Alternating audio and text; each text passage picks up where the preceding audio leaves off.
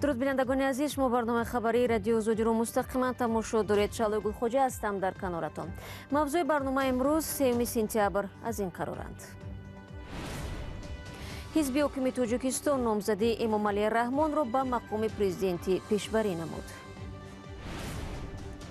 аз таҳдиду таъқиби режими Беларус ҳам сокинони оддӣ фирор мекунанду ҳам афсарони милиса. آنجا همه را در روی اسفالت به زانو شناندند، دستها را پشت سر کردند. این حالت 3-4 ساعت ادامه کرد. و در 95 سالگی соҳаи ҳавонавардии Тоҷикистон масъулон аз пешрафт мегӯянду огоҳони умур аз чолишҳо. барои авиатсия на ин ки тоҷик ба ҳамаи давлатҳо бисёр зарари калон овард. ҳизби халқи демократии Тоҷикистон имрӯз дар анҷумани худ Эмомалӣ Раҳмонро номзад ба интихоботи президентӣ пешниҳод кард. Муллораҷаб Юсуфӣ ва Амриддин Олимов мегӯянд худи президент дар ин анҷуман ширкат надошт, вале баромади иштирокдорон атрофи корномаҳои ӯ будааст. انجمن حزب خلقی دموکراتی تاجیکستان روز 3 سپتامبر در تالار کاخ باربدی دوشنبه برگزار شد. مسئولین حزب گفتند در این انجمن بیش از 1000 نماینده حزب از همه مناطق تاجیکستان اشتراک داشتند.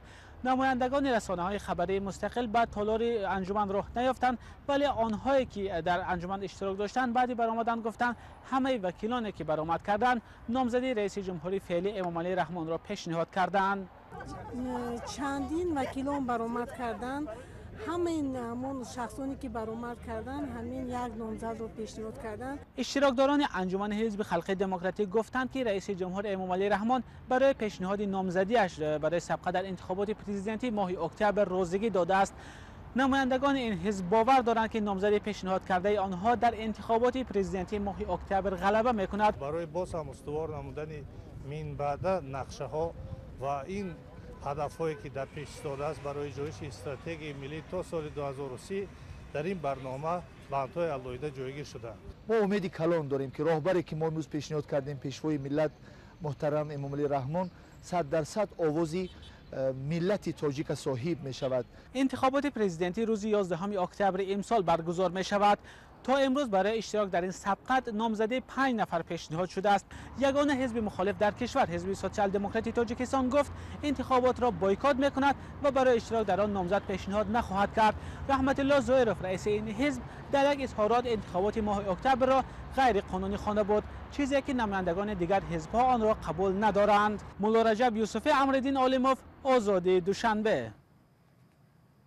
то интихоботи президентӣ дар Тоҷикистон бештар аз як моҳи дигар боқӣ мондааст. бисёриҳо аз ҳоло тахмин мекунанд ки дар интихобот рақобати воқеӣ ҷой нахоҳад дошт.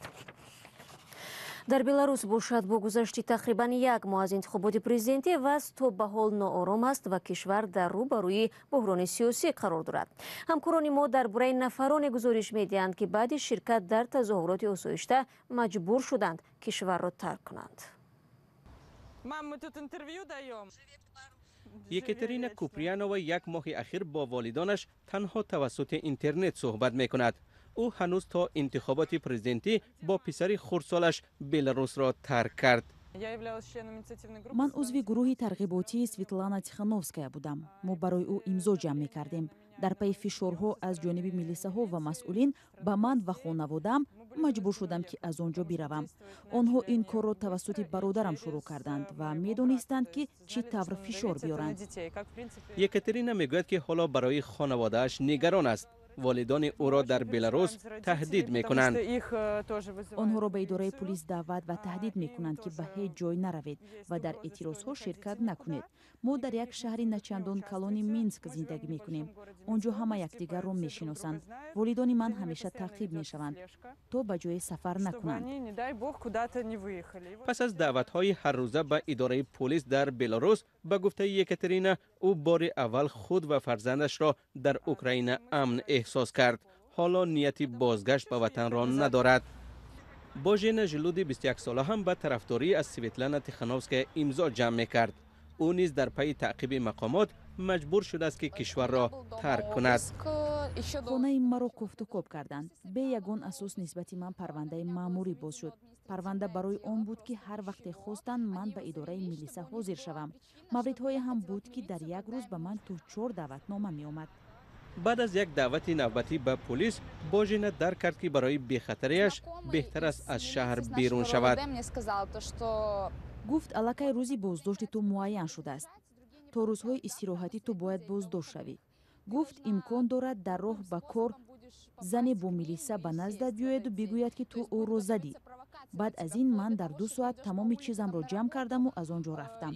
тамоми зиндагии ман ҳам дар он ҷо монд. День добрый, проходите. Мы вот только заехали вчера вечером. ولادیمیر ژگر سابق کارمند پلیس است. او در شهر مازیر کار میکرد. مشکل او در جای کار بعد آن شروع شد که در معرکه پیش از انتخاباتی آشکارا از نامزد مخالفین جانبداری میکرد. با من مناسبتشان دیگر شد. ساعتها کامپیوتر و همه جهاز مرا تفتیش میکردند. وقتی چیزی نیافتند مرا به ریاست کارهای داخله دعوت کردند. آنجا کارمندان بی‌خطری به من فهماندند که اگر من چون یک کارمند میلیسا به بیان مفقه شهروندی خود عاید به حادثه هایی که در کشور رخ میدهند ادامه دهم، نسبت من پرونده جنایی باز میکنم. ولادیمیر کارش را ترک کرد و به صف اعتراضگران پیوست. بعداً بازداشت شد. 10 числа к нам в квартиру, которую мы снимали в Минске, ворвались. 10 август یک روز بعد از انتخابات به خانه ما که در مینسک اجاره گرفته بودیم، کارمندان ریاست مبارزه با جنایت‌های متشکلانه آمدند. به پیشانی ما سلاحمان همه را در زمین خواباندند. ما اصلا نفهمیدیم که چی شده است. بعداً ما را به ریاست کارهای داخلی لینسک بردند. آنجا همه را در روی اسفالت به زانو شناندند، دستها را پشت سر کردند. این حالت 3-4 ساعت ادامه کرد. آنهایی را که تاب نمی آوردند با چوب به پشتشان می زدند. حالا کاتیا و باژینه و ولادیمیر به وطن برگشتن نمی توانند. باور دارند که آنها را در مرز بازداشت کرده و به حبس می گیرند. اما برای همراهی و جانبداری از هموطنان خود آنها پیوسته در نزد سفارت بلاروس در اوکراین گرد هم می آیند. ҳоло меравем ба эрон. як узви шӯрои шаҳри теҳрон мегӯяд ки бемории covid-19 дар пойтахти эрон то кунун ҷони беш аз 10,000 нафарро гирифтааст. агар умури расмии мақомоти эрон дуруст бошад, пас ними талафоти кишвар аз коронавируси нав дар теҳрон аст. айни замон тоҷирон дар теҳрон дар бораи оқибатҳои бади беморӣ ба сеҳативу тиҷораташон ҳарф мезананд. гузориши радиои фардоро тоҳири сафар тақдим мекунад. اینجا آرامگاهی بهشتی زهرا در تهران است. بعد از خروجی کرونا هزاران نفر را اینجا دفن کردند. بر طبق آماری رسمی 21,000 کس در ایران فوتیدند و بیشتر از 10,000 نفرشان در تهران. پاندمی احوال بد اقتصادی ایران را بدتر کرد. دکانداران اثرات بیماری به صحتی و تجارتشان را آشکار می‌کنند. بعد از 13 به 10 تو خونه هم بودم، رعایت هم می‌کردم، ولی مریض گرفت. از بیرون هم نمی‌اومدم، این الکی گرفت. یک هفتهش ناراحتی تنفسی و اینا داشتم. نزدیک 1 ماه هم بدن درد. هنوزم باز اثرش تو بدنم هست. الان کم کم بکنم 4-5 ماه کرونا اومده، همه کاسبی‌ها هممون خوابیده. صبح و شبون اصلا مثل هم شده، هیچ فرقی نمی‌کنه. انقدر خلوته، خیلی از کاسب‌ها 6 بعضی 5 بعضی میرن. کاسبی‌ها خوابیده.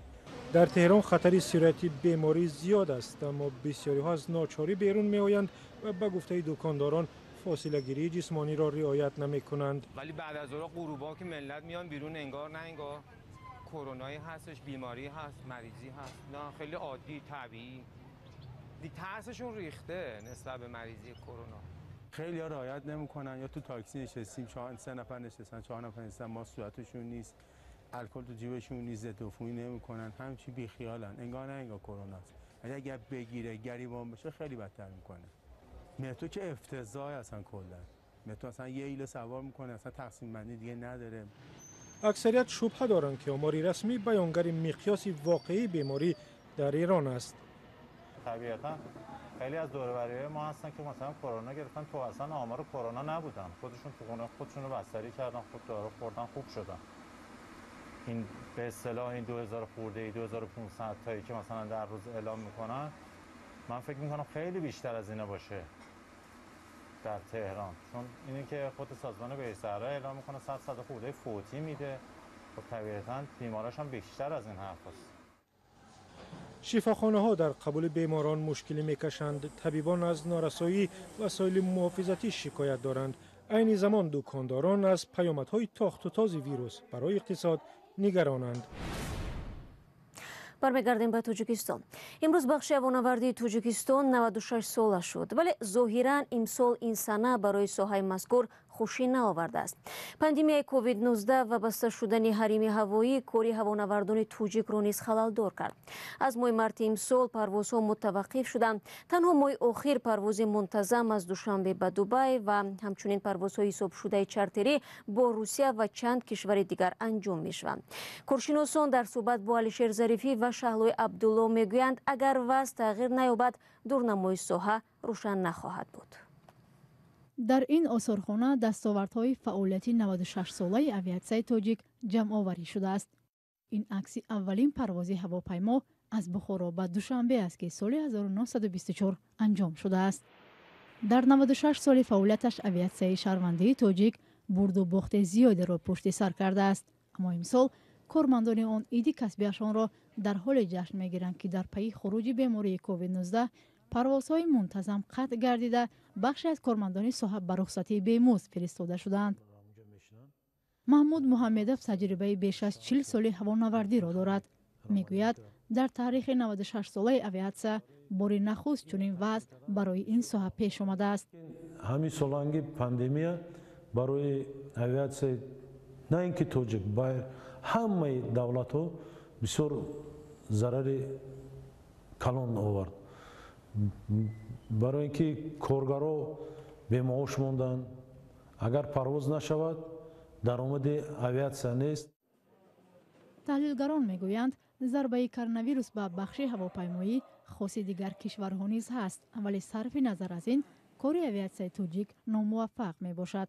متاسفانه بخش هواپیمایی اویاتسیا در تاجیکستان نیز مثل همه بخش‌های دیگر غارت شد و از یک بخشی که از یک ساحه‌ای که میشون به برند کشور تبدیل داد و توسط آن فرودگاه‌ها را به خط‌های بین‌المللی و حداقل منطقوی تبدیل داد و بخش سیاحی را رشد داد و کشور را به یک کشوری درآمدگیرنده از سیاحت تبدیل داد و یک خراب‌آزار بدل شد. این نظر تحلیلگر در حالی است که مسئولان آژانسی اویاتسیا شهروندی تاجیکستان از فعالیتشان پیوسته ستایش می‌کنند. فعالیت در اساس سندهای معیاری حقوقی تنظیم کننده ساحه به راه مانده شده است.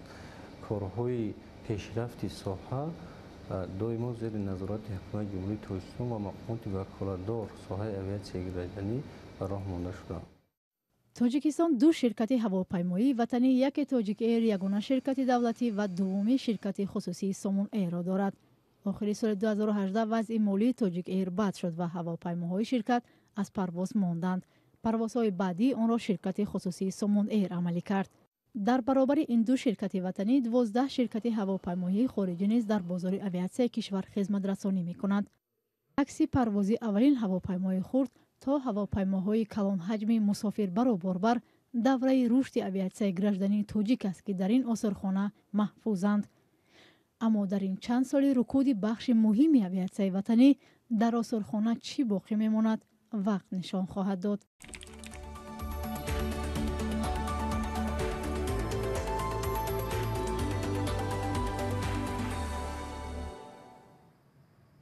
وزایشگاه ولایتی سوخت در شهر خوجند پس از آشکار شدن حالتهای گرفتاری دو زن حامله با بیماری کووید 19 به کرانتین گرفته شده درهایش را بسته است. به گفته مصاحبان رادیو آزادی بیماری کرونا ویروس بودن هر دو زن حامله ضمن تشخیص معلوم شده است.